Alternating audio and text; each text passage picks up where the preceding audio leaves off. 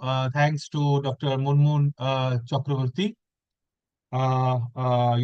It's indeed a great pleasure, to be able to speak on this particular topic, emerging trends in Indian philosophy. And as Professor Gangabhushan was, telling us that I really enjoyed being a part of the IKS Mela that was organized by Assam University some time back. So it's really a great honor for me to speak on this particular issue, on this platform. Now, since the uh, main theme of today's lecture is emerging trends in Indian philosophy.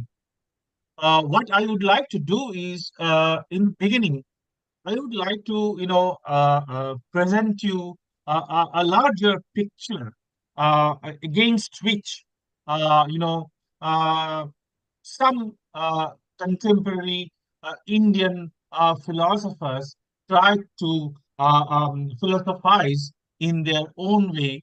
They tried to address certain issues, certain questions, in their own way. So let us just get back to the history a little bit to understand why we are talking about these emerging trends in Indian philosophy at all.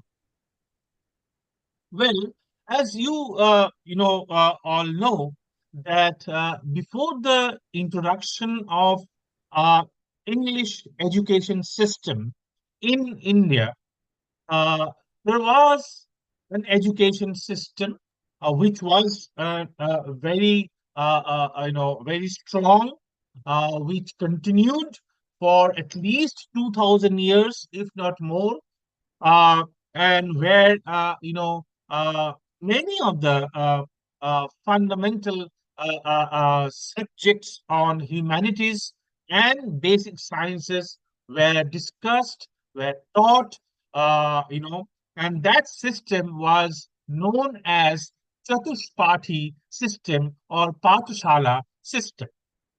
Now, those days, these pathshalas, these Chatushpati, systems were sponsored by mostly by the local Maharajas, by the local, Smindars, and this system was basically a kind of residential system where students used to live in the teacher's house, and the teacher used to teach, and there were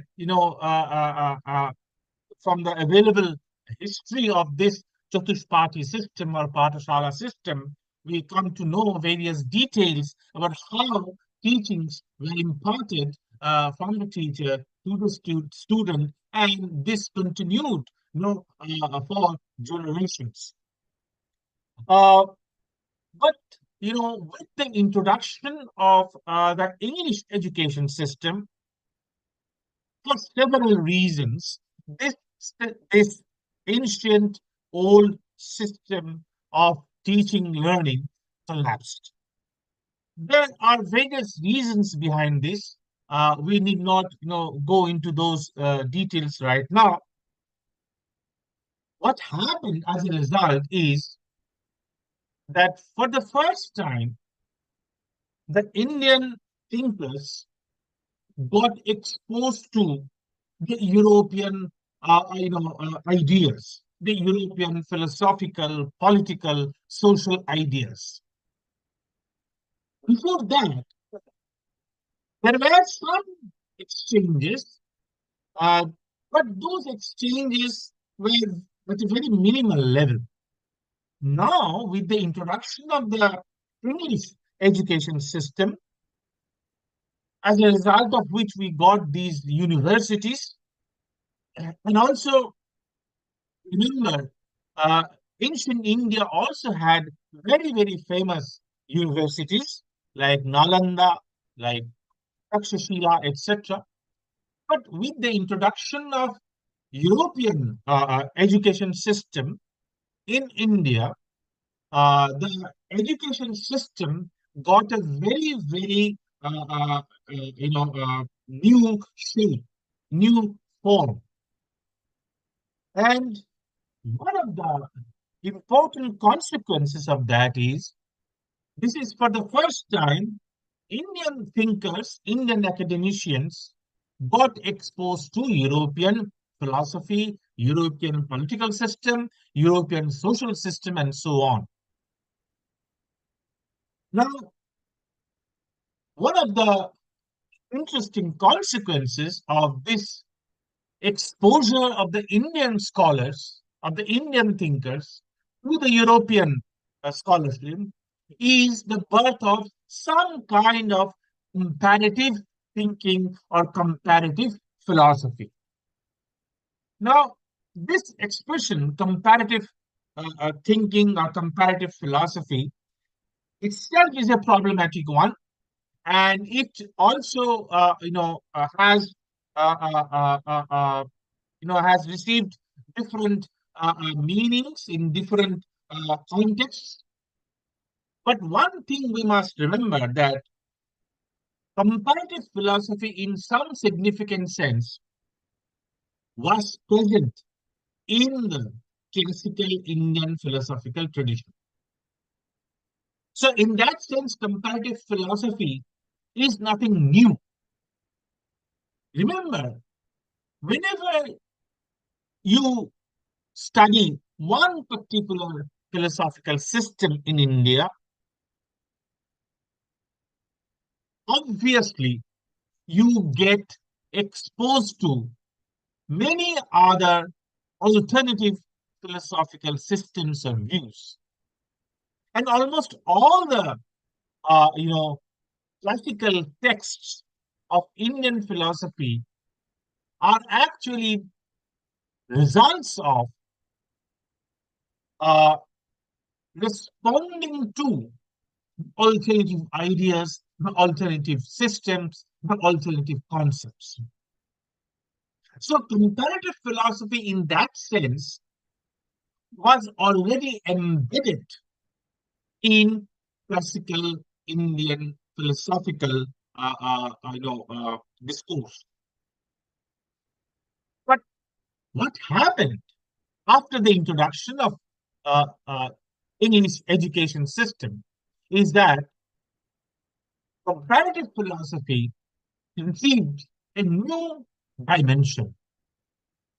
And this new dimension consists in the response of the Indian thinkers to the European philosophical social discourses.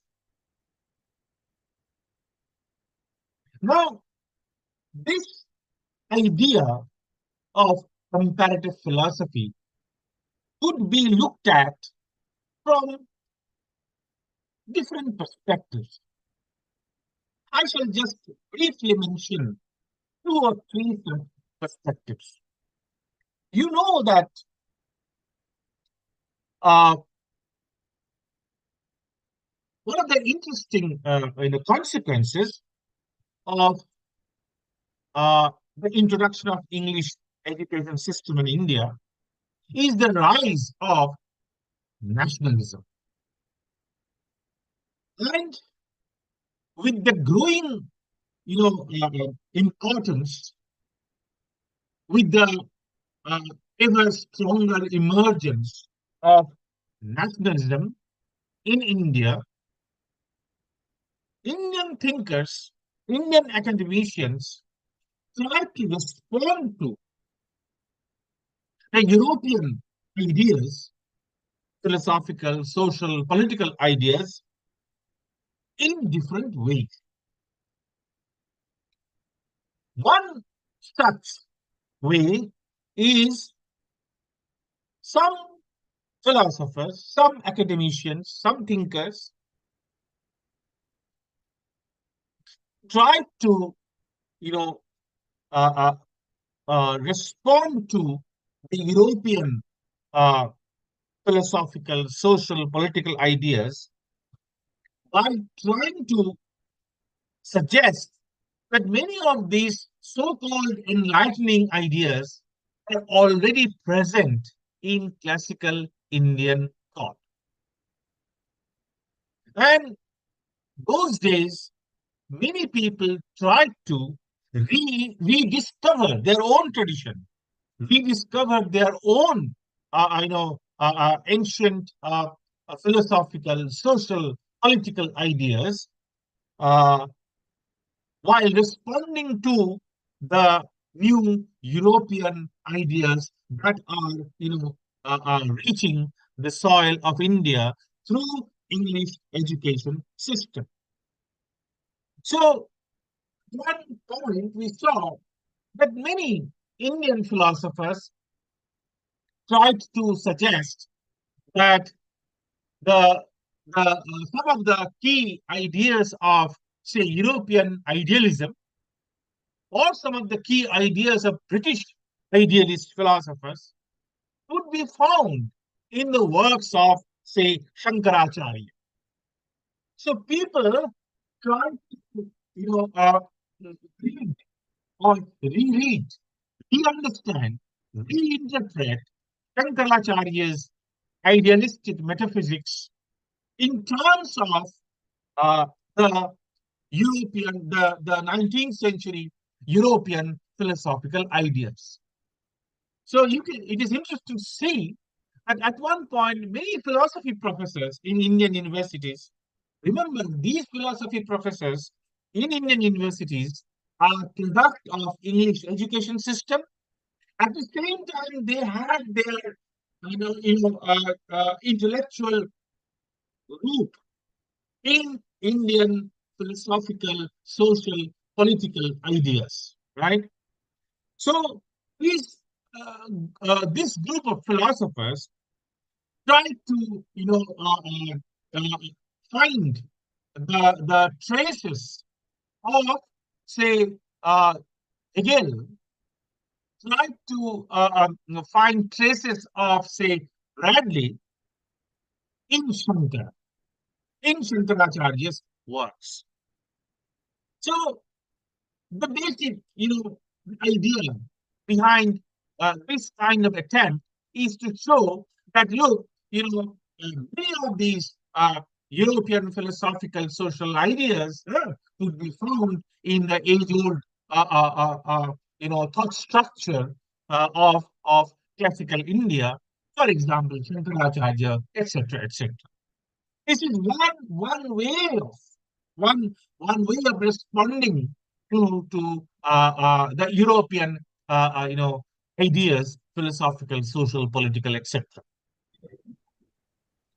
There is another group of philosophers who try to argue that no, in classical Indian philosophical, cultural, argumentative tradition has its own uniqueness. It is something very different in its spirit from what the contemporary means the 19th century European philosophy talks about. Okay, so classical Indian philosophers have a certain unique message. Their way of looking at things, their way of understanding the world around them is significantly different from the Western philosophical way of understanding or interpreting the world. And Radhakrishnan is perhaps one of the best representative of this kind of thought. In his in many of his lectures and books, especially in an idealist view of life, Radhakrishnan, chapter after chapter, tries to argue that there is something unique, something very special in the spirit of Indian philosophy.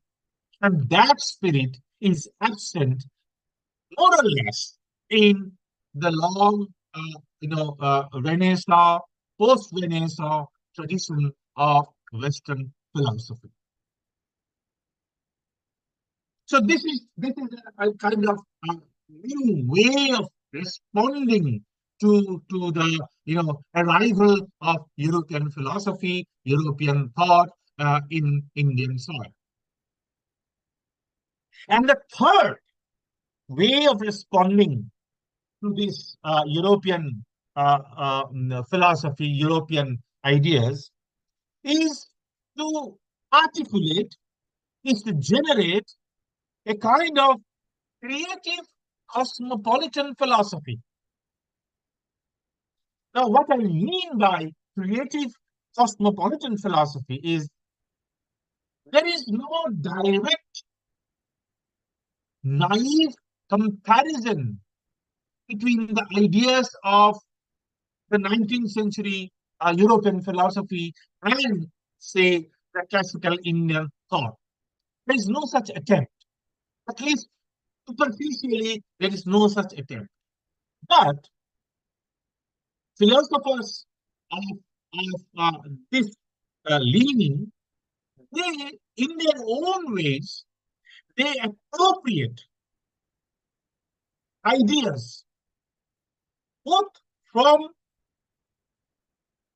post-Renaissance European philosophy and also some ideas, from classical Indian thought. So there is a kind of cosmopolitanism in this way of responding to, to the arrival of European thought in Indian soil. And K.C. Bhattacharya, Krishna Chandra Bhattacharya, is perhaps the first representative of this line of thinking. If you read his works on Kant, for example, or on Dvaita Vedanta, for example, you will find that his Kant is more kind of kind of refined Shankaracharya, or his interpretation of Advaita Vedanta appropriates some of the basic ideas of Kant. So you see, in this style of philosophizing, there is no direct attempt to compare the two paradigms, nor there is any attempt to find out the traces of the main ideas of one tradition into another tradition. So that is why I call it cosmopolitan philosophy. If we, move further, move nearer our time, we find another interesting attempt made on behalf of Indian philosophers, especially in the post-independent period. Many of the important Indian thinkers were greatly influenced by the Anglo-American analytic philosophy. Many of the Indian philosophers of the 1950s and 1960s, they went to England. They did their, doctoral work there. They were very much influenced by the kind of analytic philosophy that was practiced in 1940s, 50s, and 60s in England, especially, and of course, later on in America. So what these people tried to do is borrowing some ideas from analytic philosophy, Anglo-American analytic philosophy, they try to find out their cousins, so to say, in classical Indian philosophical systems. And many people thought, and of course, there are enough reasons behind this, that many of the uh, debates, many of the concepts available in Anglo-American analytic philosophy could be found or could be formulated, understood in terms of some of the classical Nyaya philosophical system. So many of these people try to read some of the debates, some of the concepts of Anglo-American analytic philosophy in Nyaya. And Professor B.K. Matilal is perhaps the best representative of this, this tradition, this line of thinking, where many of the Anglo-American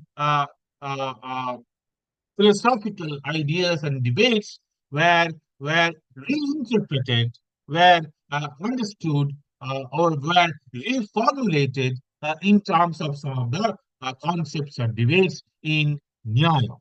So that is why, thanks to Professor Matilal's influence, many philosophers later tried to, read Nyaya philosophy uh, uh, in such a background. Now, all these different ways of responding to European philosophy, uh, you know, uh, uh, has its problems, has its prospects as well. Uh, I'm not going into a critical assessment of these views, which I have done in other places. But one of the interesting uh, you know features that we find in post-independent Indian philosophy is this. With the arrival of the logical positivists, and since many of the important Anglo-American analytic philosophers were influenced by the logical positivists, a large number of philosophers of the analytical tradition at one point thought that metaphysics, at least the way they thought of metaphysics in the Western tradition, especially the Hegelian idealistic metaphysics, metaphysics is in a way nonsense, because metaphysics tries to answer certain questions and never succeeds in giving answers to these questions. Not because metaphysicians have failed, but because the questions themselves were ill-formed. So if questions are ill-formed, if questions are not genuine questions, if they are, pseudo questions, so to say, then no thinker would be able to give an adequate answer to those questions. So metaphysics, according to these philosophers, uh, uh, tries to address certain questions which really don't have any answer. And this is why metaphysicians, debate over many issues for centuries and for centuries without any really real, possibility of solving that question, right? So this anti-metaphysical stance was very prominent, not only among the logical positivists, but also among the early Anglo-American analytic philosophers.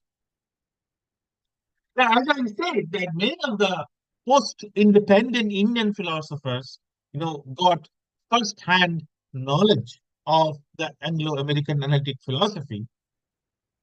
So it seems, you know, at least the way they studied or wrote their philosophical, presented their philosophical ideas, seems to suggest they took this question very seriously. Why?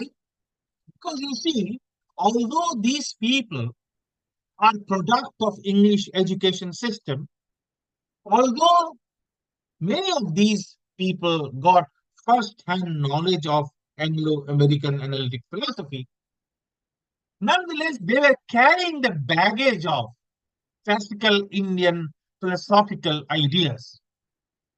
And it doesn't need mentioning that metaphysics forms an integral part of classical Indian philosophical discourse. So, metaphysics is a very, very significant part. Metaphysical discussion forms a very, very important part of classical Indian philosophical, literature. So I think this group of post-independent Indian philosophers felt an onus to respond to the Anglo-American philosophical idea that metaphysics, in some significant sense, is nonsense. It doesn't really deal with substantive issues to which one could really, address, to which one could really come up with certain responses, which will be accepted, which will be shared by a large group of philosophers. So metaphysics, is basically running after something which they will never be able to get at. This negative attitude about metaphysics really haunted the post independent Indian philosophers. Let me refer to just one seminar which was held in Banaras Hindu University in 1960s. In that seminar, many important Indian philosophers of that time were invited to speak on what philosophy is, the concept of philosophy. And almost all the papers presented in that conference in BHU addressed this question. What is philosophy? Does philosophy involve metaphysics? Is metaphysics a significant part of our philosophical, discourse, or it is something, something that we can, get rid of? So the reason why I think this question was raised, and almost all the major thinkers of that time, 1950s and 1960s in India, thought that this question is worth addressing. What is philosophy? And is metaphysics, an important part of philosophy or not? Uh, Time won't permit us to talk about, a vast array of views that were presented by the uh, post independent Indian philosophers about this. I will refer to two thinkers who were present in that seminar and who tried to articulate their views. Of course, there are many other important philosophers, who deserve, a more detailed analysis. I will talk about Professor Ras Bihari Das, who was a professor of philosophy in Calcutta University for a long time. And of course, I will also briefly refer to Professor Kalidas Bhattacharya, who was one of the most, creative philosophers of post-independent India. And there are many other thinkers. Right now I can think of T.R.V. Murthy and many others who really responded to this important question of what is philosophy and how could one make a case for metaphysics within philosophy. It's also interesting to see you know, Indian Council of Philosophical Research, they have published almost all the presidential addresses that were delivered in the Indian Philosophy Congress. You know, this is an important forum of the Indian philosophers who gather and exchange their ideas. And so now we have all the papers presented, uh, you know, uh, in the Indian Philosophical Congress sessions, starting from Rabindranath Tagore, who was the first president of Indian Philosophy Congress, which was held in Calcutta, under the leadership of Professor Sarvapalli Radhakrishnan. It is also, I would like to urge, our young scholars to study these lectures, to study these presidential addresses, and to find a kind of continuity of thought that really, uh, impressed the post-independent Indian philosophers. So now let me, uh, get back to these two thinkers. Let me start first, analyze the views of Professor Ras Bihari Das. Remember, all these philosophers, they were very much well trained in European philosophy. They had first hand exposure to Western philosophy, especially European philosophy of that time.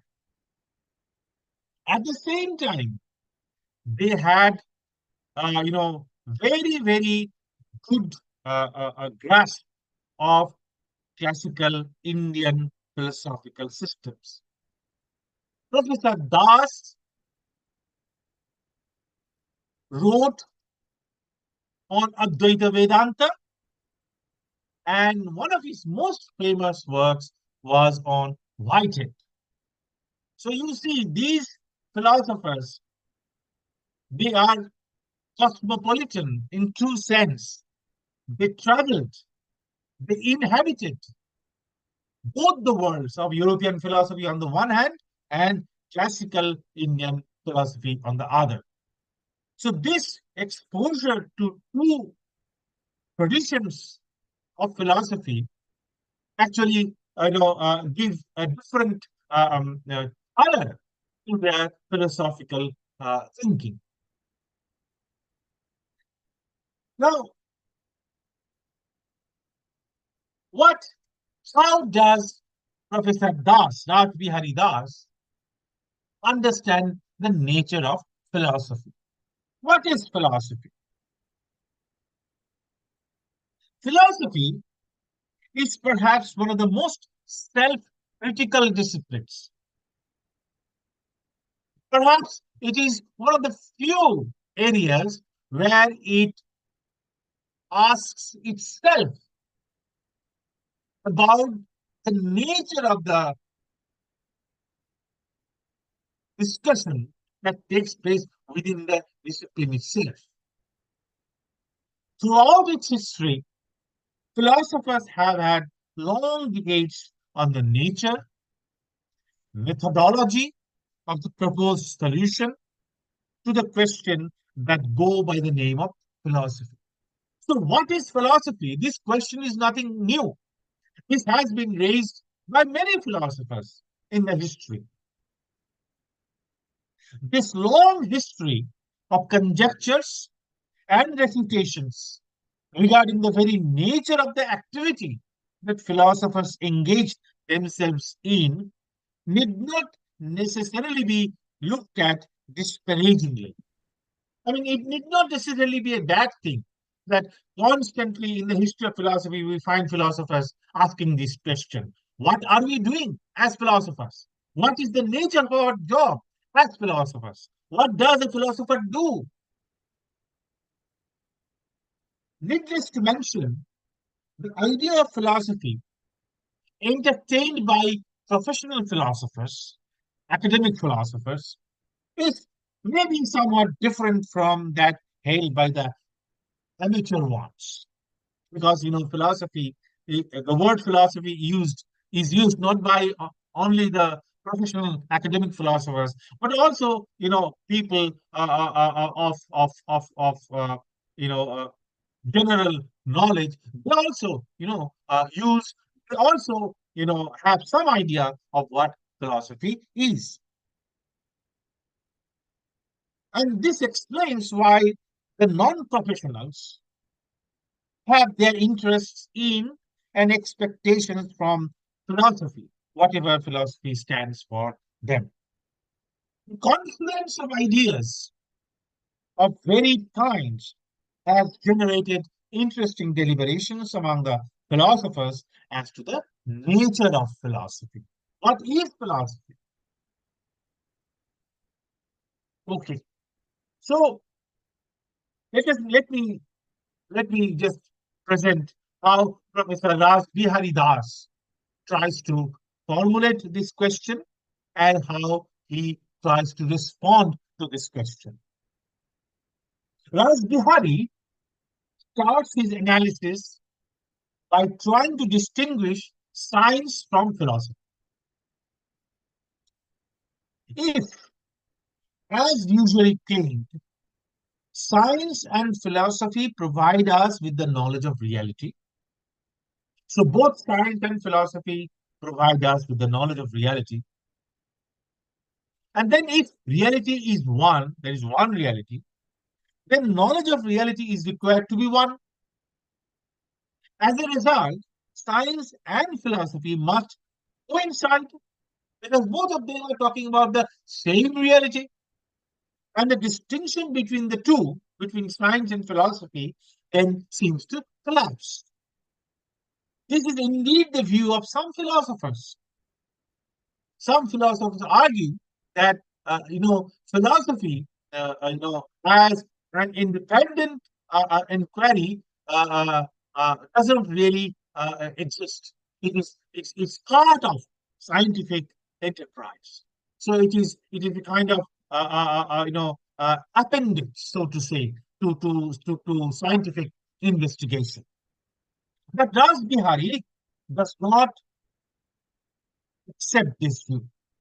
He is more keen on analyzing the attempts that try to distinguish science from philosophy.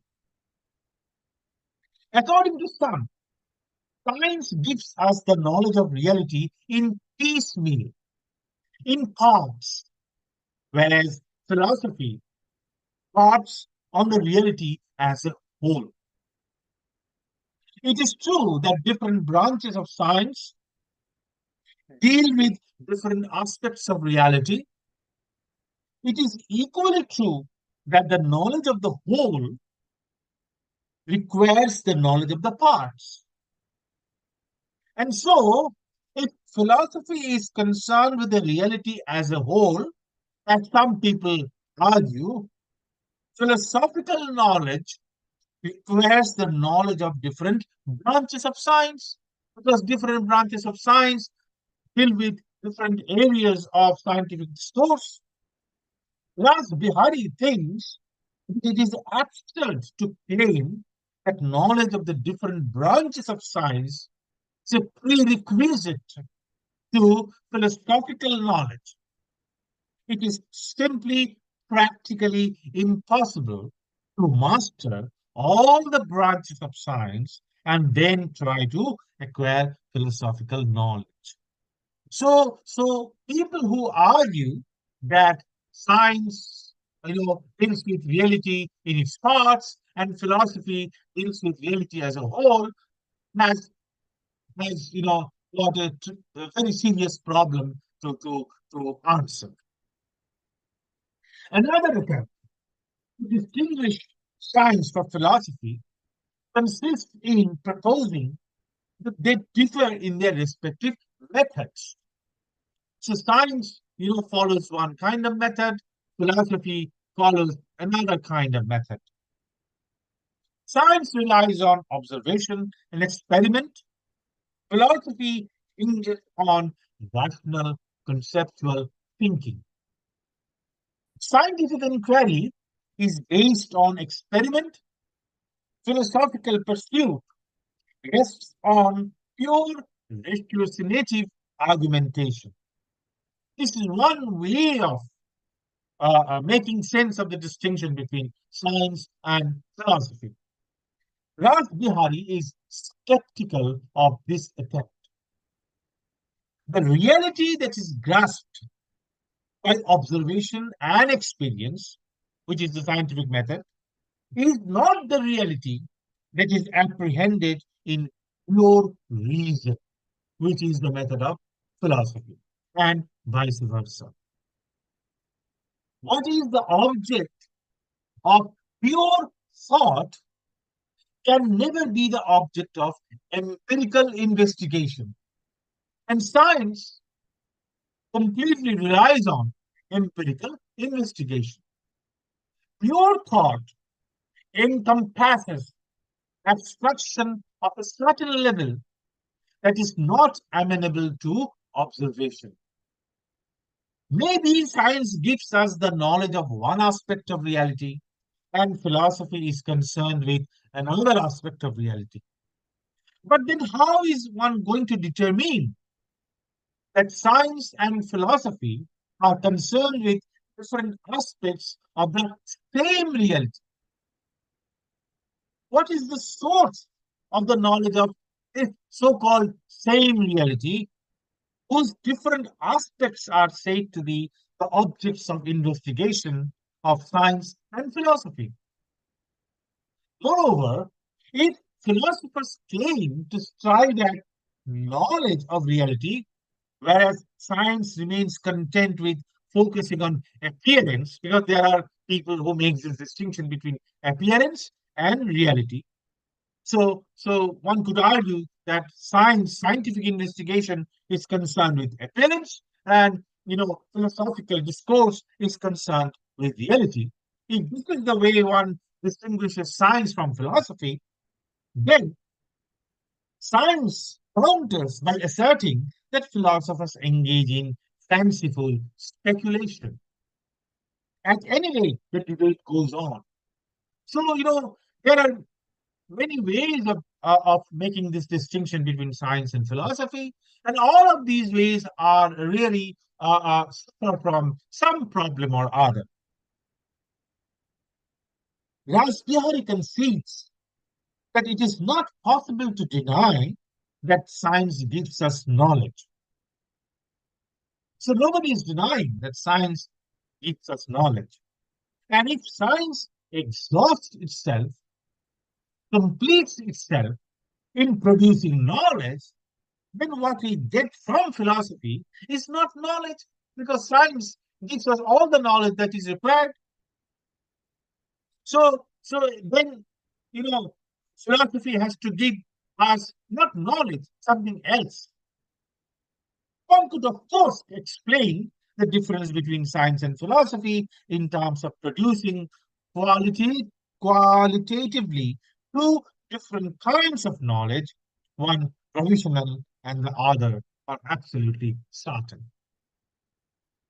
So one could argue that the knowledge that science gives us is provisional, is always subject to change, whereas philosophy aims at giving us certain knowledge. Remember, uh, Descartes, Husserl, all these people in the Western philosophical tradition tried to argue how philosophy could, produce, could generate knowledge that is certain, that is indubitable. But even if this is not a satisfactory explanation, Raspberry asserts, and I quote, it is not necessary to confine the application of the term knowledge to scientific knowledge only. So, whatever science gives is knowledge. I know there is nothing else that remains outside the realm of scientific discourse. Uh, this is something Rasbihari does not agree with. It is undeniable that we get to know knowledge from different sources like history, listening to reports from people, etc. But the difference between scientific knowledge and the knowledge that we get from philosophy consists in science exhausting itself into the analysis of the object, ignoring the role of the subject. This is very important for us, Bihari. But in production of knowledge, the role of the subject is crucial. Ras Bihari contends that in knowing the object, it is always possible to ask whether the object is there at all. A kind of skeptical question could always arise. And in this sense, objective knowledge is always doubtful. So, if science exhausts itself in giving us an objective knowledge, this objective knowledge is always subject to skepticism. But in a knowledge situation where I am the knower, I am engaged in knowing something, it cannot be meaningfully asked whether I am there, right? If I am engaged in an epistemic enterprise, I can question my epistemic enterprise, but the validity of my epistemic conclusion, I cannot, I cannot ask whether I exist. I cannot question myself, my existence. For there to be knowledge in general, the subject is presupposed. Philosophy takes the subject seriously. While deciphering the epistemic experience, philosophy looks at the knowledge as known by the subject. Object, independent of any relation to the knower, is a misnomer in philosophy. For something to be an object of knowledge, that something must be placed in relation to a subject. And Rasbihari calls this the subjective bias. This subjective bias is what distinguishes science from philosophy, according to Rasbihari. This, of course, implies that the role of subject is of tremendous importance insofar as philosophical analysis of knowledge is concerned. Uh, Assuming that there could be varieties of understanding regarding the idea of subject, Raspberry alludes to the woman saint of the Upanishad who refused to be swayed by the enticements of wealth in the thought that these mundane affluents would not bring her the immortality, suggesting that she could have equally refused to be impressed by scientific knowledge, which does not satisfy the demand of the spiritual need of the soul. So remember that famous Upanishadic saying where the wife of that famous saint is saying, "Yenahang namritan syang, tenahang king kuryam." What I would do with that which won't give us Amrita, which won't generate Amrita. So similarly, Rajbihari is saying that that famous woman saint of Upanishad, okay, would also claim, what I would do with this knowledge that science gives us if it does not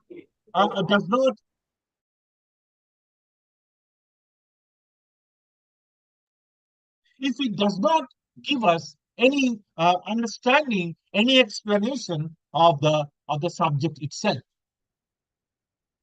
So see how subtly, how in a nuanced way, classical Indian philosophical idea of the self entered the speculation of one contemporary Indian philosopher, Rasbihari Das, in his attempt to respond to the question what philosophy is.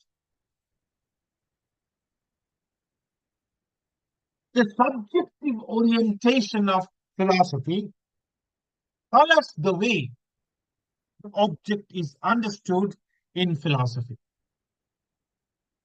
Since science is blind to the role of the subject, object in science, object of investigation in science, is pure in the sense that the object is understood as completely untinged, untouched by the subject's understanding, right? This is why we always, claim that science gives us objective knowledge. It is true that for a scientist, philosophical subject is not the proper object and hence falls short of reality. But since the problem of reality is something that makes us feel concerned, scientific object appears to be an abstraction that, even if interesting in itself, would fail to enlighten us on the nature of reality. So this is how a philosopher might address the nature of the scientific investigation, the nature of the object that science investigates into. If philosophical understanding of the object is always via the subjective path, because subject is of crucial importance here, this subject is also not an abstraction. So when philosophy, you know, takes the role of the subject seriously, what is this subject? This subject is not an abstract idea, rather a concrete subject consisting of knowing, feeling, and willing capacities. Its cognitive capacity, its volitional capacity, and its emotive capacity. In the epistemic relation to the object, the emotive and the affective dispositions also play their role. All the three ways of understanding or countering the object contribute to the making of the object. The object as known by the subject. So, in this making of the object, in this understanding of the object, all these three aspects of subject, human subject, the cognitive, the affective, and the volitional, all these play an important role. The subject in action, not subject in abstraction, not the subject as a mental construction, as an idea. The subject in action is what interests philosophers. And in that modality, object enters into the field of the subject, and the subject also contributes to the uncovering of the object through its various dispositions. And in this way, philosophy could be viewed as contributing to self-knowledge.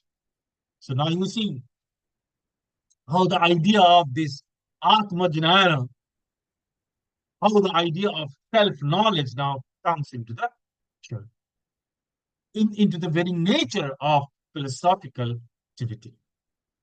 The pivotal point, I quote from Rajbihari, pivotal point of self-knowledge seems, in my view, to be the most important aspect of philosophical knowledge, so much so that a demand for philosophical knowledge may well be equated with a demand for self-knowledge and vice versa. This is well in tune with the Greek and the classical Indian prescription to know oneself. So, Atmanam Vidhi, knowledge of oneself, is what really philosophy consists of. But if philosophy is to give us the knowledge of reality, and if reality is made of both self and not self, then how could one equate philosophy with self knowledge? This is the question that one could ask. Does not this leave out the not self part of the reality? If philosophy is always aimed at knowing oneself, but then reality consists not only of self, there are other things also in the reality. So, what would be the contribution of philosophy in the understanding of that not self part of reality? Rasbiari's reply is that self knowledge cannot be divorced from the knowledge of reality, consisting of both self and not self. The attempt to know self by cutting off all relation to the world would land us in mysticism. So I am shut up in my own world. I'm closed in my own thoughts and ideas, which would lie outside the scope of philosophy. Raspberry argues that such a view of self as wholly distinct from and opposed to the world is quite unrealistic. Just as object is what it is because of its relation to the subject is also to be understood in terms of its relation to the object. So the reality, insofar as it is in relation to the subject, is all the way strewn with the remnants of the self. So the self, the presence of self could be seen everywhere in the entire scope of our knowledge. To search for the self is to look for it in the reality in all its facets. Remember the famous Upanishadic saying that Niha Nanasti Kinchana. So whatever you see, whatever you experience is somehow, touched by the presence of self. Self-knowledge in this way leads one to the knowledge of reality. Self-knowledge divorced from the world would be utter empty. Focusing on the knowledge of the self does not stop it, does not bar it from taking the world into consideration. Self as subject is in the state of forward looking to the object, and so knowledge of the subject encompasses the knowledge of the world.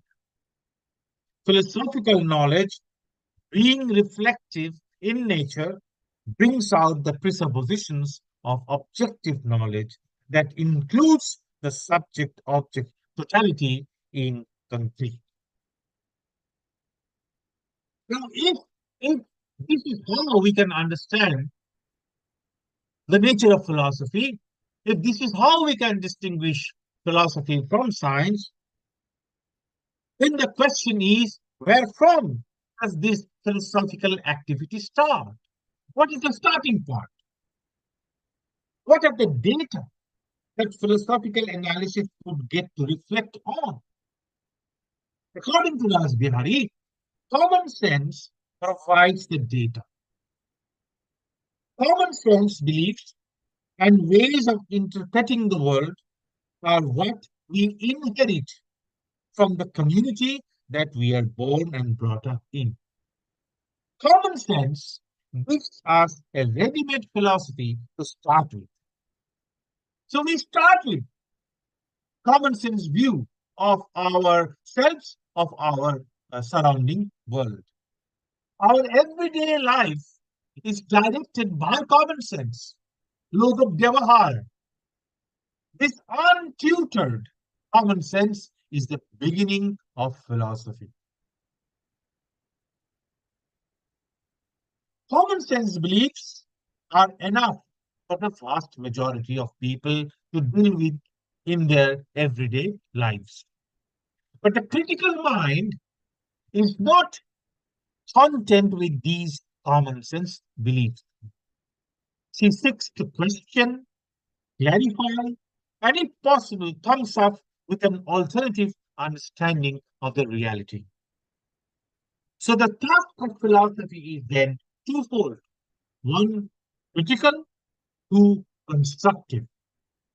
Critical part consists in unearthing, discovering the inconsistencies and lack of clarities resulting in rupture in the common sense edifice. The constructive part, the second part, constructive part is made of building an alternative view of the reality that is claimed to be free from discrepancy and ambiguity. This is what all the major philosophers and philosophical systems, both in classical Indian tradition and also in Western tradition, have tried to do in the course of history. It is true that there are skeptics and agnostics who argue against any success of any such attempt of philosophers to arrive at a conception of reality. And by their criticism, they also engage themselves in philosophical activity. So, what skeptics do is also an important example of philosophical activity. It is not required of philosophers that they will come up with a complete knowledge of reality, but at least they can be expected to offer clarification of some obscure and opaque ideas about reality. Philosophy is not concerned with discovering new facts. And in this sense, philosophical knowledge is not cumulative in this sense. But philosophical knowledge grows by relentless clarification of the ideas that determine the very knowledge of facts. This explains why philosophical debates are never ending. Sometimes we hear complaints, the philosophical questions are going on for centuries, for millennium, and still, no answer could be found to these questions. Discovery of an objective fact could have an end somewhere.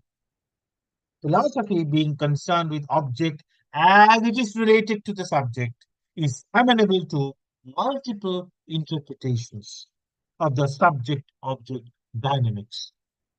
This explains why there is no final refutation of any philosophical theory. So a particular philosophical stance, a view, a theory, long after its refutation, may rise again from the ashes. And this is very common if you look at the history of philosophical ideas and debates, both in India and in the Western tradition as well.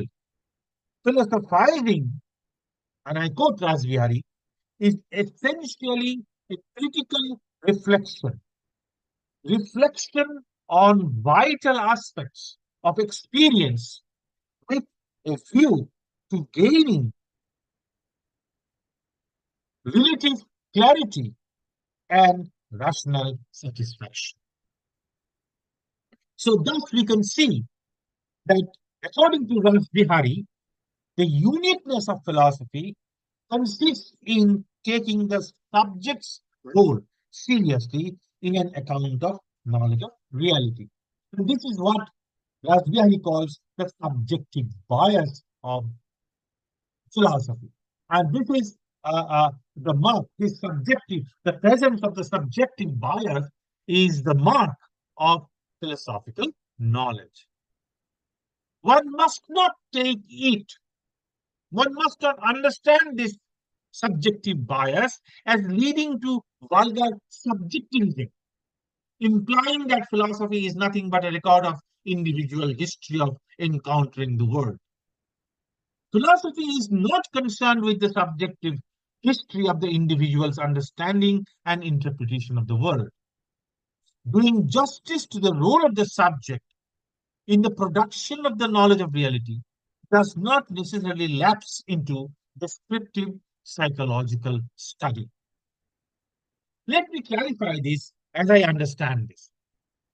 When philosophy grasps the reality in terms of the subject object totality, what philosophy yields, what philosophy produces, could be called thought. So, philosophy aims at arriving at thoughts about reality. Now, how are we going to understand thought? What is meant by thought? Thought is not mere representation, linguistic or otherwise, without having anything corresponding to it. If thought is the result of the subject object dynamics, then thought contains the different modalities in which different objects are present to the subject. In other words, what we have as the content of thought can be called objective ideality. We often talk about objective reality. Now we talk about objective ideality. This is an expression from Kalidas Bhattacharya. Modal assertions are the most important elements of philosophical knowledge, and objective idealities are the fundamental ingredients of modal assertion. How the object is given to the subject. As mentioned earlier, philosophy is not interested in discovering facts. So, philosophy is not an empirical study. It is rather keen on discovering the existence and categorical features of the reality as they are manifest to the subject. Factual details are not of any relevance to philosophy. It is the structural encapsulation of the facts, because facts are given to the subject, right? So facts as facts are given to the subject. So subject tries to understand, tries to interpret the fact. And in this attempt to understand or interpret the fact, the subject comes up with a certain conceptual framework. And this conceptual framework, this logical conceptual scaffolding, is manifest in thought. But then the question is, doesn't thought grasp what is real?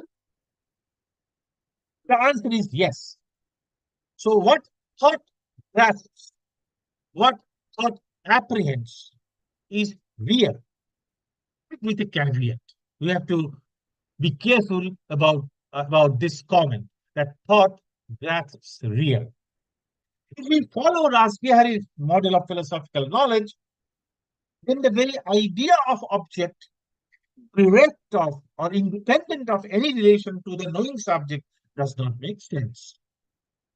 So, real in philosophical discourse is never something that is isolated and independent of the cognizer, of the subject. So, what thought grasps is real in the sense that they are sense given. They're given to the subject, but they are not real in the sense of concrete existence lying independent of the subject. What is real is never distinguishable in itself. Real gold can hardly be found. It is always either a lump of gold or a necklace or some other ornament. In the model, in the model of philosophy that Rasbihari advocates, thought does not discover bare facts.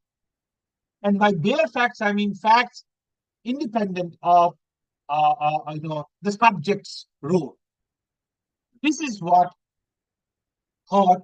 This is why what thought grasp is called objective ideality. So, what thought grasp is objective ideality. This ideality constitutes reality as bare gold constitutes a necklace. This ideality is not fictitious. This ideality is what is discovered in thought. The ideality has its locus in the real, but then it does not exhaust itself in being real. Even our common sense understanding of the world is sophisticated enough to grasp this ideality.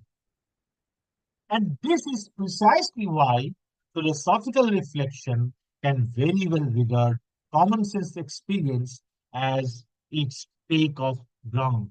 A little while ago, we said that where from philosophical activity starts. What are the data out of which the philosopher starts his or her philosophizing? Common sense provides us with that data. Ideality is there in the real, and thought discovers it, implying that ideality was there in the real as undistinguishably fused with real.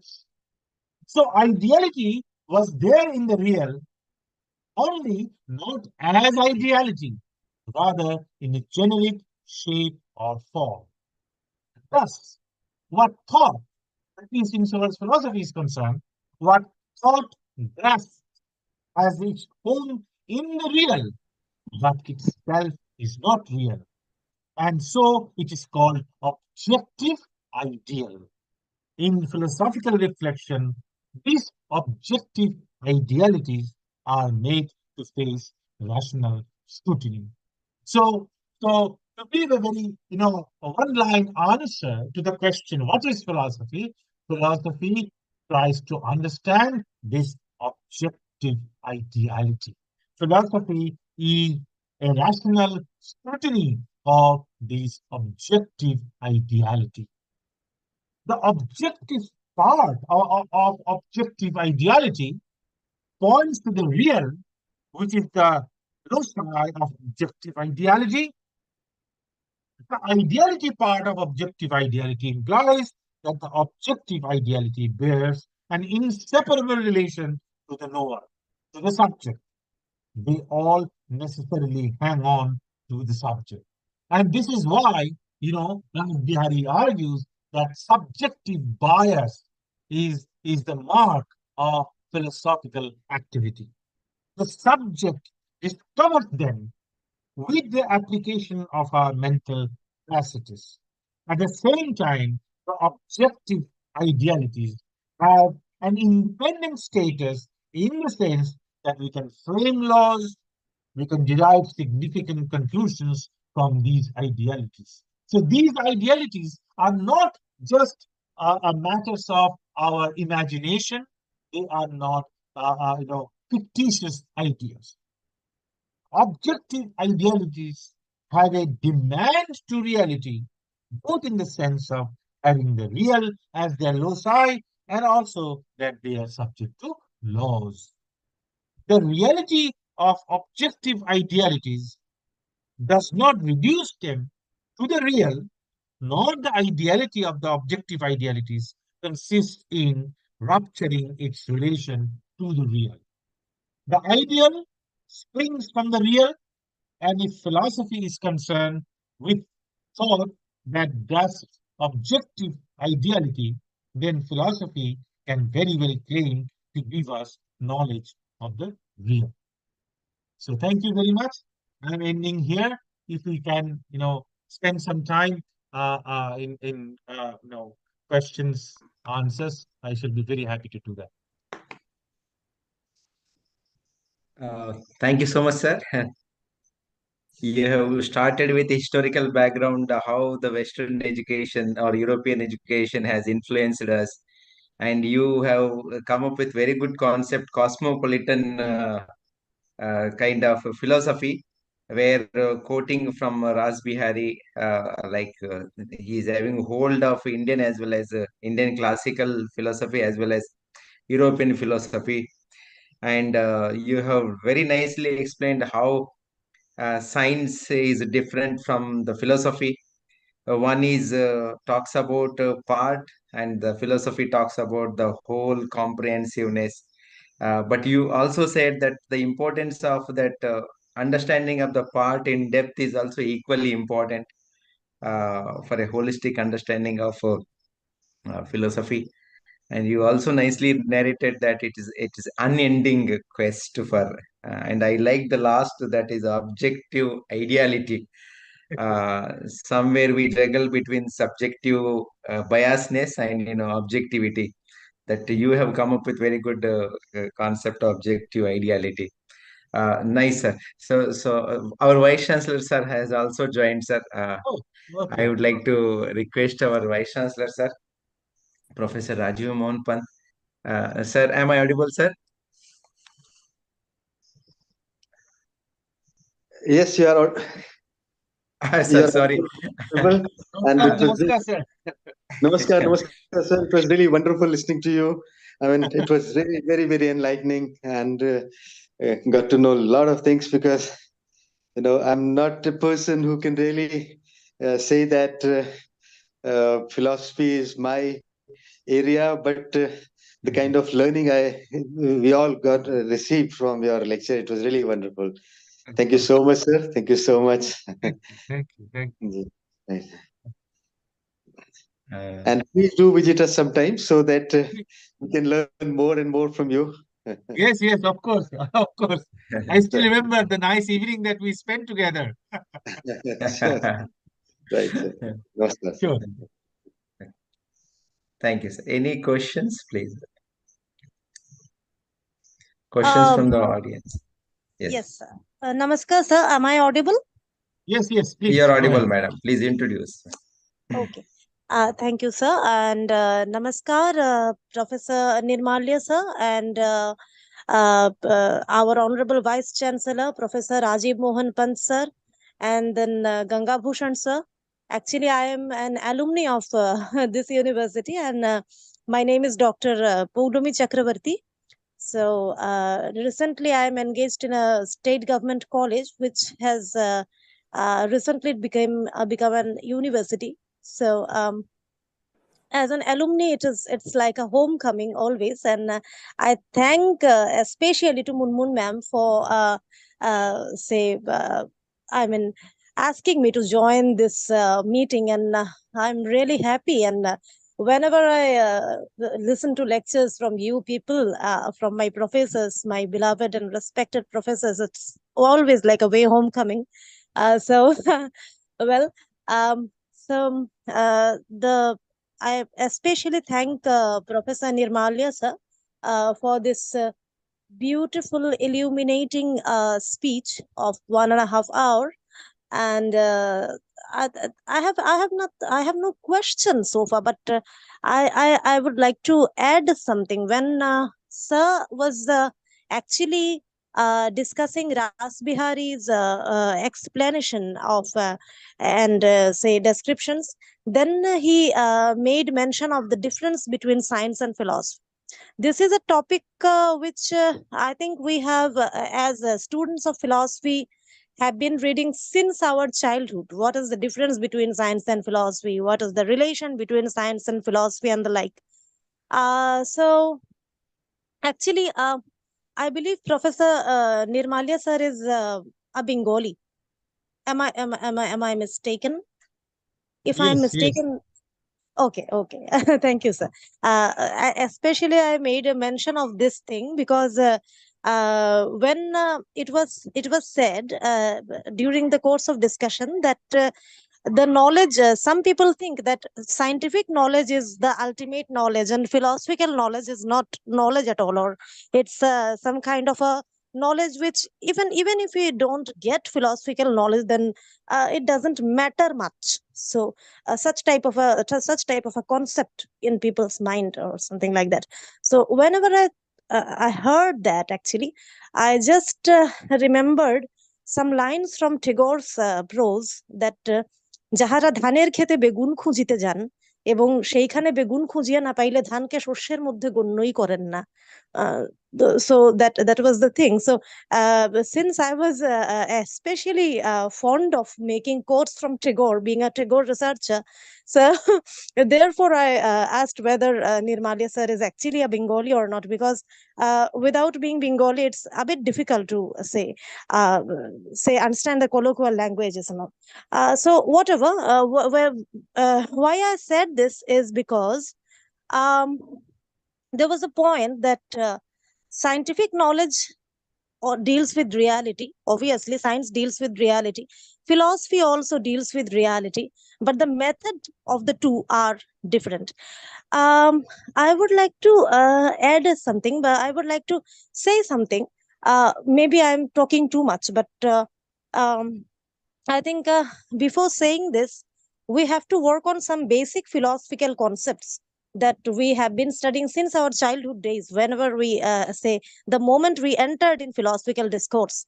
And those ideas were like some ideas like transcendental and empirical, truths and facts. So these types of ideas are there. And since Sir has already mentioned that science, the method of science is empirical, it always makes an empirical study. So but philosophical method is not an empirical method. It's something transcendental. The method itself is transcendental. And since going to the question of metaphysics, once Descartes compared metaphysics to be the root of philosophical learning. If philosophy can be compared to a tree, then metaphysics constitutes the roots of that tree. So without metaphysics, philosophy is meaningless, because we are always studying reality in philosophical discourses. And if we study reality, philosophy always, to my understanding, philosophy inquires about the truth, and science inquires about the facts. And there is a sharp distinction between fact and truth, and that we all know, actually. And then since the method of science is always an empirical method, science aims at understanding the facts or the appearances or the phenomena, to adapt Kant's language. And philosophy always introspects. Its method is a transcendental method. It makes a transcendental inquiry or an introspection. It wants to realize the truth lying behind the fact or the appearances or the phenomena, or to adopt Kant's language, noumena. So in one word, we can say that science actually studies what we may say actuality, not reality. I think there is a difference between these two terms, actual and real, in philosophical discourse. So if philosophy studies reality, science always studies actuality, based on facts, based on observation, experiment. It always aims at understanding, not realization. Philosophy aims at realization. It is based on a transcendental, introspective study of truths, not facts. So I think it is Goraye Golod. I am again saying a Bengali phrase. It is a a mistake at the very outset to think that science deals with reality. I don't think science deals with reality. Science deals with actuality. It may not be real. And I'm sorry if I am saying too much, because I'm speaking in front of my teachers and literally my knees are trembling with fear. And I'm just a beginner in this discourse, so I don't think I know much. Obviously I don't know anything. So but what I felt, I just said. That's thank you so much.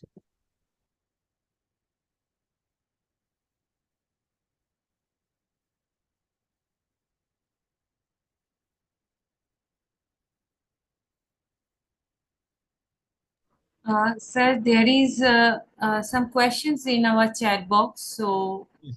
if Can you you can want, you read can you read it for me, please? yes. There is one question from Devanjana, I think. Yeah. She's asking that my question is that what is philosophy according to you, and do you think that metaphysics is important in philosophy? And sir, how does metaphysics relate to everyday life? Hmm. Yes. Well, I mean, what is philosophy according to me? Well, I have been thinking of this question for a while, and I have, tried to look at the different, responses that we find in the tradition, both in Indian and Western. And there are many, many, many views about what philosophy is. Uh, you know, uh, just to put it very bluntly and very, very, roughly, you know, uh, for me, philosophy is a kind of autobiography. So when I am basically expounding my philosophy, I'm basically, you know, presenting my experience, my understanding of the world, of or myself, or of others. So it is kind of throwing a proposal to the reader that look, I'm inviting you to my way of understanding, to my way of interpreting what goes on, you know, around me. So, uh, different philosophers have come up with their own interpretations, with their own understanding. And as we have been, talking about that since philosophy is not a study of facts. So philosophical statements, uh, cannot be uh, truth act. By truth act, I mean, say, if you make a statement about a fact, I can easily determine whether the statement is true or false, right? If you say grass is green, I can look at grass and see that it is green, and you say, yes, what you have said is true. If you say, for example, grass is white, I would tell you that look, what you have said is not true, it's false, right? So factual statements can be true or false. But if philosophical statements are not factual statements, then they cannot be true or false. In other words, truth falsity, at least in this sense, cannot be ascribed to philosophical statements. So if as I am saying that philosophy is a kind of autobiography, so philosophical statements are representations, linguistic representations of my own way of understanding or interpreting the world surrounding us, surrounding me, okay, then it doesn't make any sense to say that what you are saying is true or what you are saying is false. Maybe at least, I mean, at most, what you can argue that okay, the kind of statements that you are making in your philosophy, maybe they lack coherence. Maybe they are inconsistent with each other. That much you can say. But if as I'm saying that if philosophy is a kind of autobiography, then it really does not make any sense to say that this kind of philosophy is true and that kind of philosophy is false. About the second question about the role of metaphysics, see, even the idea of metaphysics is a problematic one. Different philosophers understand different things by metaphysics.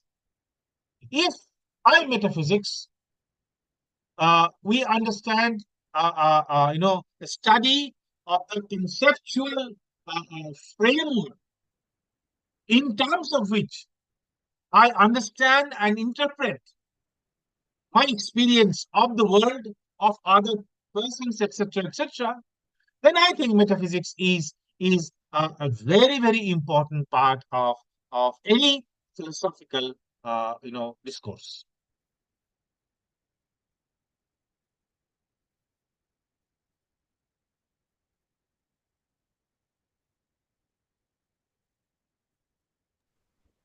Uh, Participants, if yeah, there is one more question, sir. Hello, sir. Yes. Hello and good evening, sir. I am Tarina Singha from Department of Philosophy. I would like to ask you, sir, that do you think that Indian thinkers have ever used phenomenology as a method of doing philosophy, or is it solely European methodology? See, if you talk about phenomenology, phenomenological experience, phenomenological analysis, definitely one of the most important, philosophical schools that have taken the course to, phenomenological analysis of experience is Mimamsa and Vedanta, of course. And Professor J.N. Mahanti has actually, tried to interpret some of the debates among Mimamsa philosophers and Vedanta philosophers in terms of phenomenological method. Yes, Hello, Thank sir. you so much, sir. I'm very honored to listen to you, sir. Thank you. thank you. Hello, sir. Myself, Mosmita Pal of Philosophy Department. My question to you is that which Indian school's method of acquiring knowledge is the most prominent in recent times and why?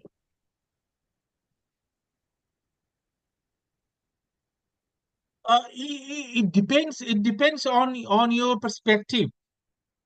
Uh, you know, uh, as I said, that one of the most recent attempts to understand Anglo-American analytic philosophy in terms of some of the Indian classical Indian philosophical ideas is by bringing in some of the Nyaya theories, some of the Nyaya views, and especially the Shakta Pramana of Nyaya philosophy has played an important role in understanding, in articulating some of the ideas of Anglo-American analytic philosophy. So this is one way, but this is not certainly not the only way. There are many other alternative methods of engaging oneself in comparative philosophy. But this is a very very prominent one, and thanks to Professor D.K. Matilal's works, many people have been influenced by this methodological approach. Thank you so much, sir. May I speak? Yes, I can see a question from Devanjana.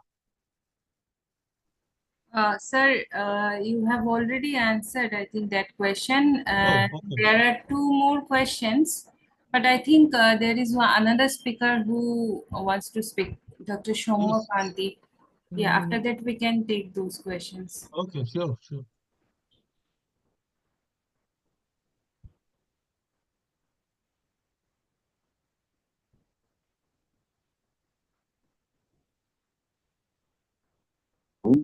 Yeah, Dr. Shomo, please. Am I audible? Yes, yes. Yes, yes, please. Namaskar, sir. Namaskar. My name is Dr. Shomokanti Bishas. Sir, I had an opportunity to meet you in some university. At the time, I was a research scholar there. Oh, Now okay, I'm a okay, teacher in okay. Karimganj College, Karimganj district here in Yeah, Paragpandi, Assam. Sir, I'd like to share with you some problems that I face as a teacher that pertains to your problematizing the connotative difference between Indian philosophy and Western philosophy. Actually, I encountered a few people, few scholars who are of the opinion that there is no Western or Indian philosophy as such. Philosophy is philosophy. There is no Western or Indian. And there are also scholars who contradict this. So it is a problematic.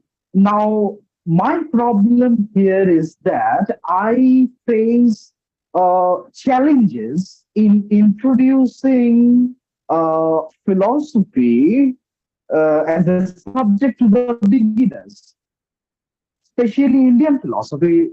Uh, the class that I teach is a multilingual, multi-religious class.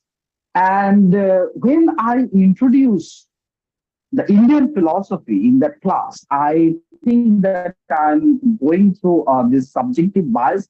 The people, there are people from different religious and cultural background who might not be able to relate themselves with the introduction that I put through. So I had to bring philosophy down to a very secular level, to the world of common sense that you from which the philosophical understanding or philosophical quest departs according to Rajbihari or Kali Das Bhattacharya. So my question is, sir, whether this Indian philosophy and Western philosophy, don't they touch that hermeneutic point from where, uh, if we theorize them from this hermeneutical standpoint, don't you think that they touch? I use the word touch the life uh, with which does not regard this kind of distinction. So I just want your opinion or your understanding on this matter. Thank yeah. Okay. Very good and pertinent question that we must all try to address. You see, uh, philosophy, as I see it, is a part of a larger, human perspective to the world. And this human perspective to the world differs from society to society, differs even within a society in the course of time. So, in a way, one could talk about Indian philosophy or European philosophy, or American philosophy, or Australian philosophy. But at the same time, we also must recognize that there are certain, let me say, mortal questions, questions that have been raised by humans since the early days of civilization. And gradually, in course of time, those questions have been, reinterpreted, re-understood in varieties of ways. So there is a commonality also among the philosophical speculations in the world. But at the same time, we must also be aware of the uniqueness, the way the philosophical questions were posed, the kind of the motive that really prompted people to raise certain questions. Okay, so we have to maintain a balance between uniqueness and commonality. So both the views that there is nothing called Indian philosophy, nothing called Western philosophy, only philosophy. And also there are people who hold, no. There are certain distinctive features of Western philosophy and there are certain distinctive features of Indian philosophy. I think both are valid. We have to, as philosophers, today standing in 2024, we have to accept both of them in a nuanced manner. This is my first reaction. And the second reaction is, see, historically,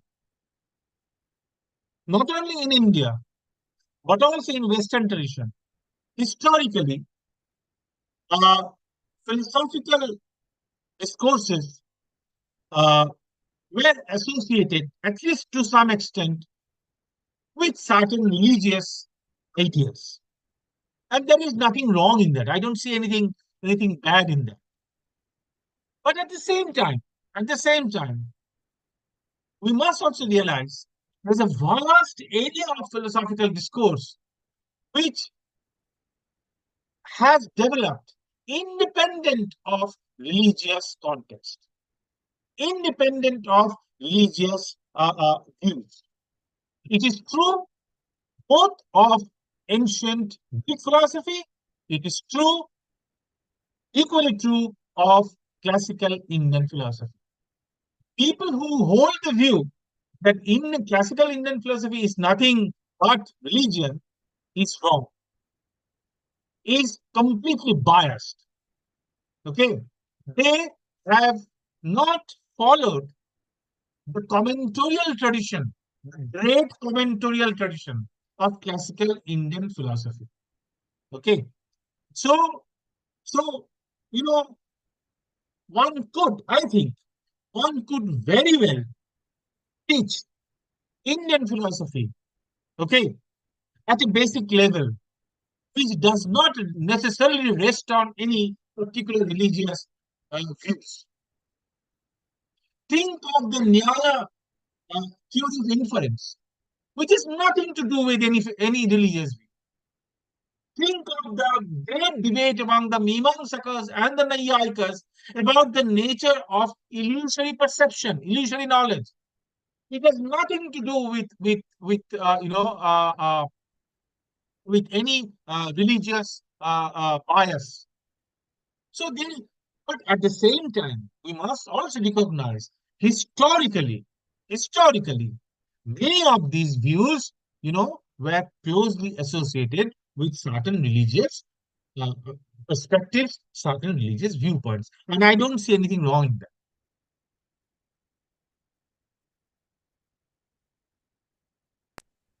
Thank you so much, sir. Thank you. Sir, we have 2-3 questions in our chat. Yes, please. Yeah, one is that if subject is a concrete reality and plays an important role in philosophical inquiry, How can we understand Buddhist position who denied the very reality of self? Yeah, very, very good question. See, uh, when Buddhists refute self, which is usually known as Nairatmavada,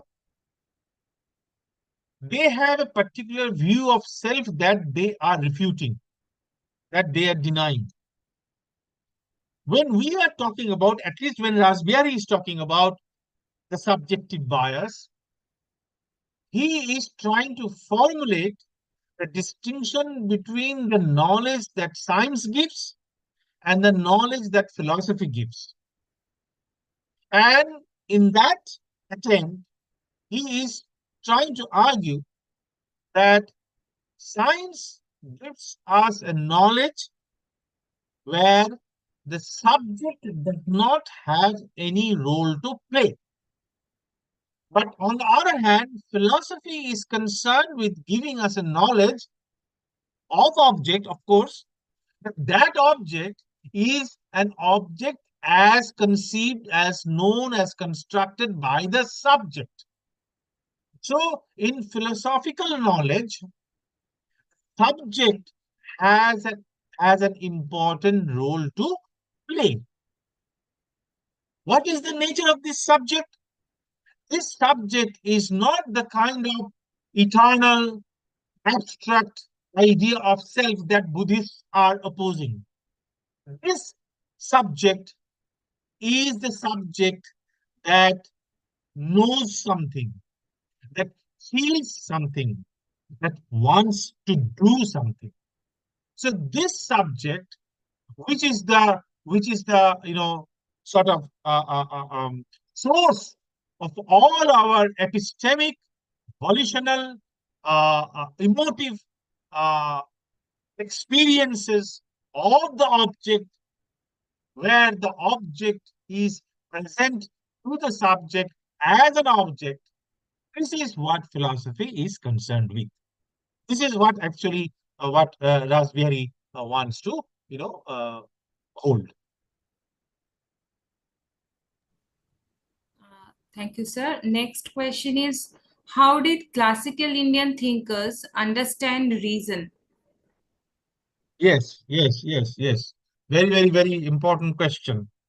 Uh, this idea of reason or rationality is a very important idea that philosophers, down the millennium have tried to discuss, tried to analyze. Uh, in classical Indian philosophical tradition, idea of reason uh, has different roles to play.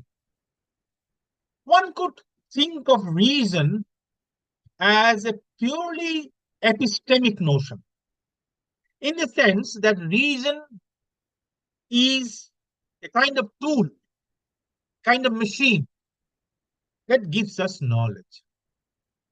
So, reason as a tool, as an epistemic tool, and there are various ways in which reason can be used as a tool to produce knowledge.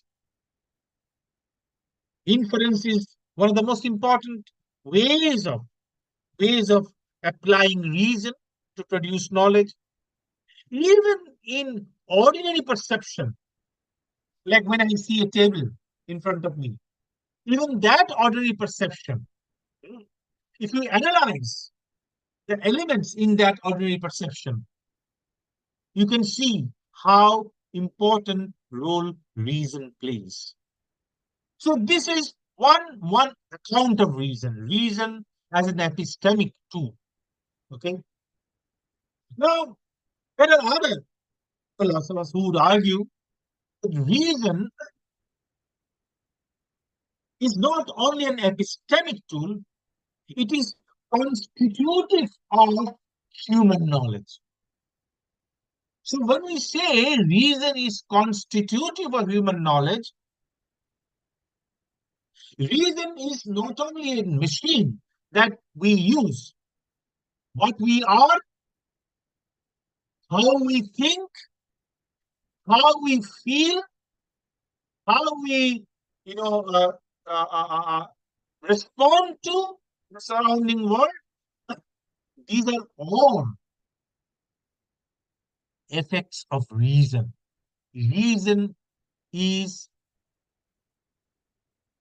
what makes me me. Reason is what makes you a person, right? So reason as a constitutive of human nature, human existence.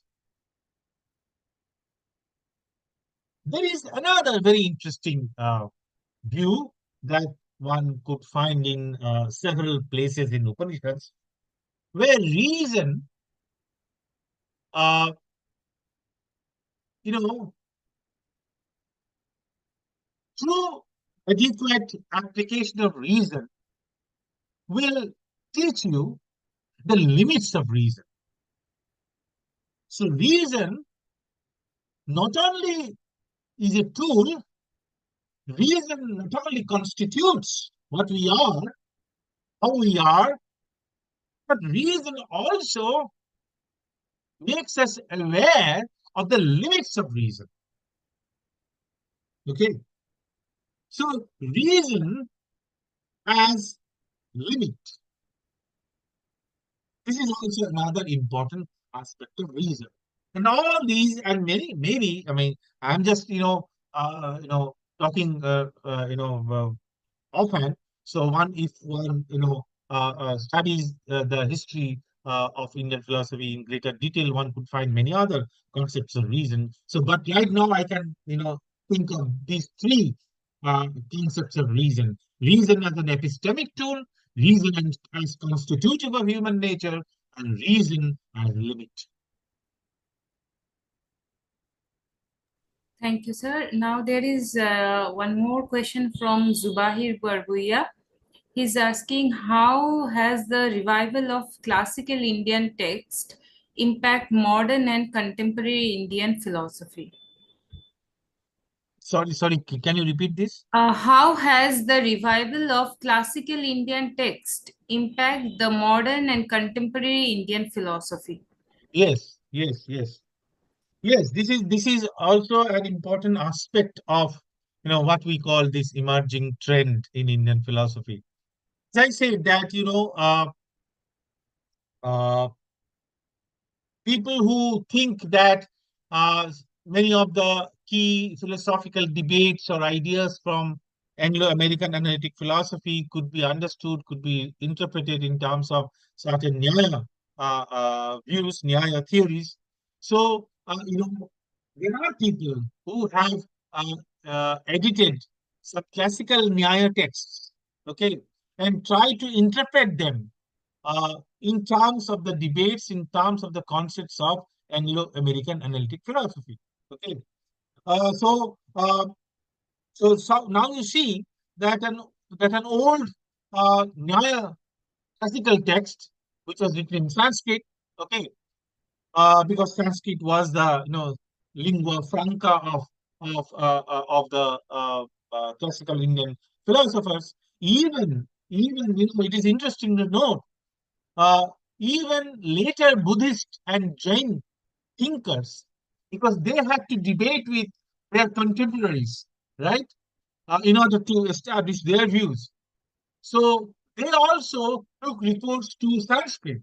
So later on, the Buddhist philosophers, the Jain philosophers, all of them, you know, wrote their works in Sanskrit so that they can debate with their contemporary philosophers, Mimamsakas, Naiyayikas, Vedantis, and so on. Okay, so uh, so you see, here is one example of a classical Nyaya text, okay, written in Sanskrit, now re-edited, translated, and reinterpreted, okay, uh, uh, uh, you know, in terms of, in the light of some of the debates or ideas from Anglo-American analytic philosophy. So, what we need actually for this, to really carry on this project, but we need a group of scholars who are well versed in Sanskrit commentaries and also who have adequate exposure to contemporary, European and American philosophy. This is the need of the hour. Sir, shall we take one more last question? There is, Yes, yes, please, yeah. please. Yeah, Imran Hussain, you can, unmute and, Good evening, sir. Good evening. Sir, my name is Imran Hussain Laskar. Today's philosophy is emerging and evolving very fast. So, sir, my question is that how can we interpret and use our traditional and ancient texts in these emerging trends? Yes, yes. See, tradition does not mean a set of fixed eternal ideas. If you look at the commentaries of any classical Indian philosophical system, you will see that each commentator is trying to refine, trying to reformulate his ideas in terms of certain other questions that were raised during his time. So each commentary is an attempt to address some questions, some issues, some points raised about the kind of philosophical idea that that commentator is trying to defend. Okay, so tradition is always questioning itself. Tradition is always refining itself. Tradition is always, reformulating itself in the face of new questions, new ideas. This is what tradition means. Tradition does not stand for a set of fixed eternal idea. That's final, that's all, nothing can be said beyond that. No, that is not what Indian philosophical tradition teaches us. Okay, so if we want to uh, a sincere student of classical Indian philosophical tradition, what we have to do is now, since in our education system we are exposed to different philosophical traditions, right? We are exposed to Indian philosophical traditions. We are exposed to contemporary Indian thinkers. Okay, we are exposed to European, American thinkers. So we can assimilate. We can collect all the ideas from different corners, from different traditions, and then try to, appropriate them, try to assimilate them, try to, understand them, in terms of some of the classical ideas. So we can look at, we can, think ourselves, look at ourselves as commentators as we have the traditional commentators in our philosophical traditions. So I'm also right now, I'm also trying to comment on certain philosophical ideas, certain philosophical debate, and in my commentary, I am free to use, assimilate, ideas from different traditions. Okay, so let all the traditions of philosophy of thought, come to me, and then I can, now out of that, I can turn out some new ideas, some new questions, some new philosophical views, maybe. Thank you, sir.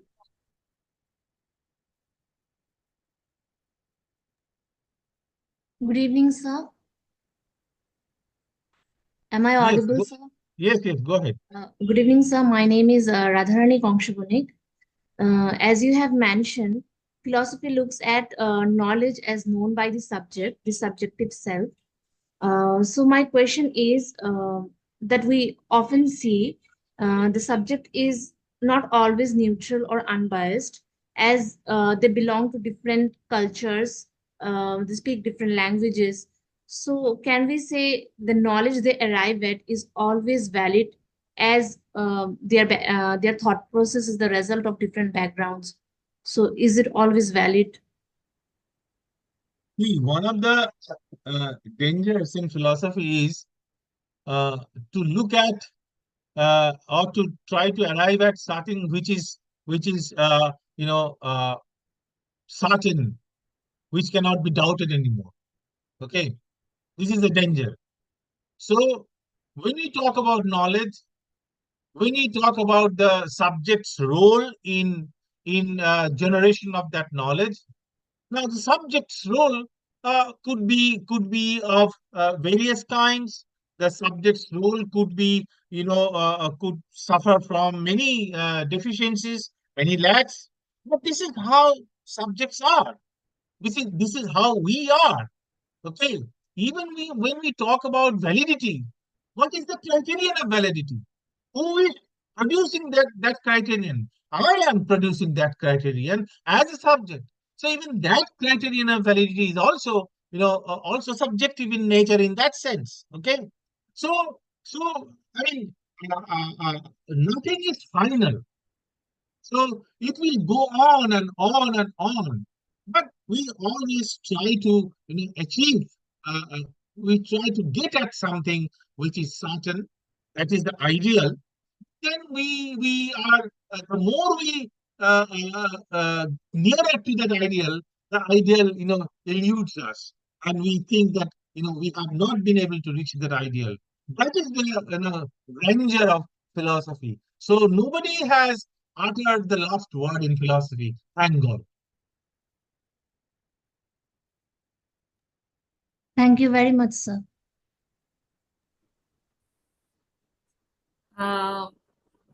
There are some, one more question in chat box, sir. Shall we take the last question? Yes, please. No Yeah. problem. This is from Sridena Hojai.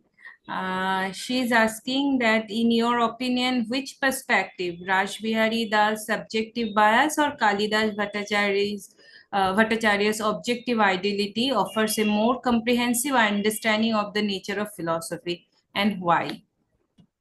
Well, I don't see these two views as exclusive to each other. Rather, I see them as complementary to each other. I have tried to show that how subjective bias in philosophy could be better understood or could be better interpreted in terms of this idea of objective ideality of Kalidas Bhattacharya. So they are not exclusive to each other. Rather, I try to combine them to see how can we address the main question, the big question, what philosophy is.